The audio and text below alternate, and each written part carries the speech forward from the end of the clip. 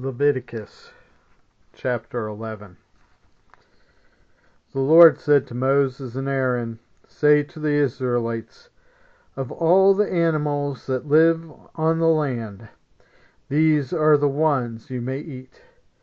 You may eat any animal that has a divided hoof and that chews its cud.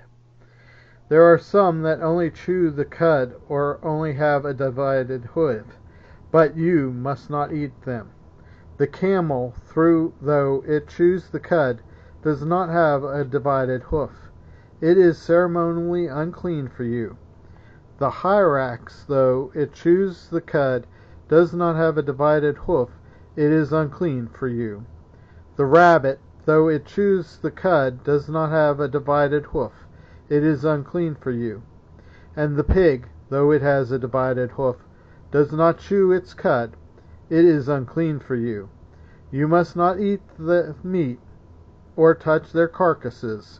They are unclean for you. Of all the creatures living in the water of the seas and the streams, you may eat any that have fins and scales. But all creatures in the seas or streams that do not have fins and scales, whether among all the swarming things or among all the other living creatures in the water, you are to regard as unclean. And since you are to regard them as unclean, you must not eat their meat. You must regard their carcasses as unclean. Anything living in the water that does not have fins and scales is to be regarded as unclean by you. These are the birds you are to regard as unclean, and not eat, because they are unclean: the eagle, the vulture, the black vulture, the red kite, and any kind of black kite, any kind of raven, the horned owl, the screech owl, the gull, any kind of hawk, the little owl, the cormorant, the greater owl, the white owl, the desert owl, the osprey, the stork, any kind of heron, the hoopie, and the bat. All flying insects that walk on all fours are to be regarded as unclean by you. There are, however, some flying insects that walk on all fours that you may eat, those that have jointed legs for hopping on the ground. Of these you may eat any kind of locust, katydid, cricket, or grasshopper. But all other flying insects that have 4 legs you are to regard as unclean.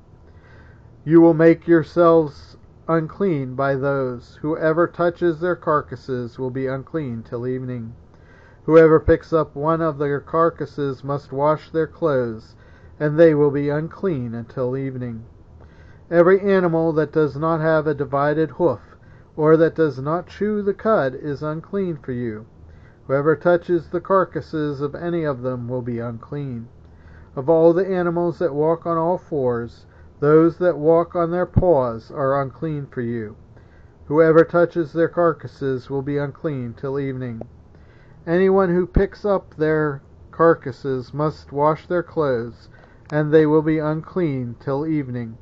These animals are unclean for you. Of the animals that move along the ground, these are unclean for you: the weasel, the rat, any kind of great lizard, the gecko, the monitor lizard, the wall lizard, the skinks, and the chameleon. All these that move along the ground, these are unclean for you. Whoever touches them when they are dead will be unclean till evening. When one of them dies and falls on something, that article, whatever its use, will be unclean, whether it is made of wood, cloth, hide, or sackcloth. Put it in water. It will be unclean till evening, and then it will be clean. If one of them falls into a clay pot, everything in it will be unclean, and you must break the pot. Any food you are allowed to eat that has come into contact with water from any such pot is unclean, and any liquid that is drunk from such a pot is unclean. Anything that one of their carcasses falls on becomes unclean, An oven or cooking pot must be broken up. They are unclean, and you are to regard them as unclean. A spring, however, or a cistern for collecting water, remains clean. But anyone who touches one of these carcasses is unclean. If a carcass falls on any seeds that are to be planted, they remain clean. But if water has been put on the seed and a carcass falls on it, it is unclean for you. If an animal that you are allowed to eat dies, anyone who touches its carcasses will be unclean till evening. Anyone who eats some of its carcass must wash their clothes, and they will be unclean till evening. Anyone who picks up the carcass must wash their clothes, and they will be unclean till evening. Every creature that moves along the ground is to be regarded as unclean. It is not to be eaten.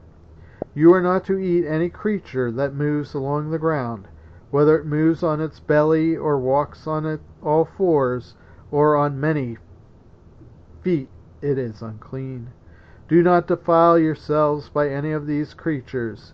Do not make yourselves unclean by means of them, or be made unclean by them. I am the Lord your God. Consecrate yourselves and be holy, because I am holy. Do not make yourselves unclean by any creature that moves along the ground. I am the Lord who brought you up out of Egypt to be your God. Therefore be holy, because I am holy.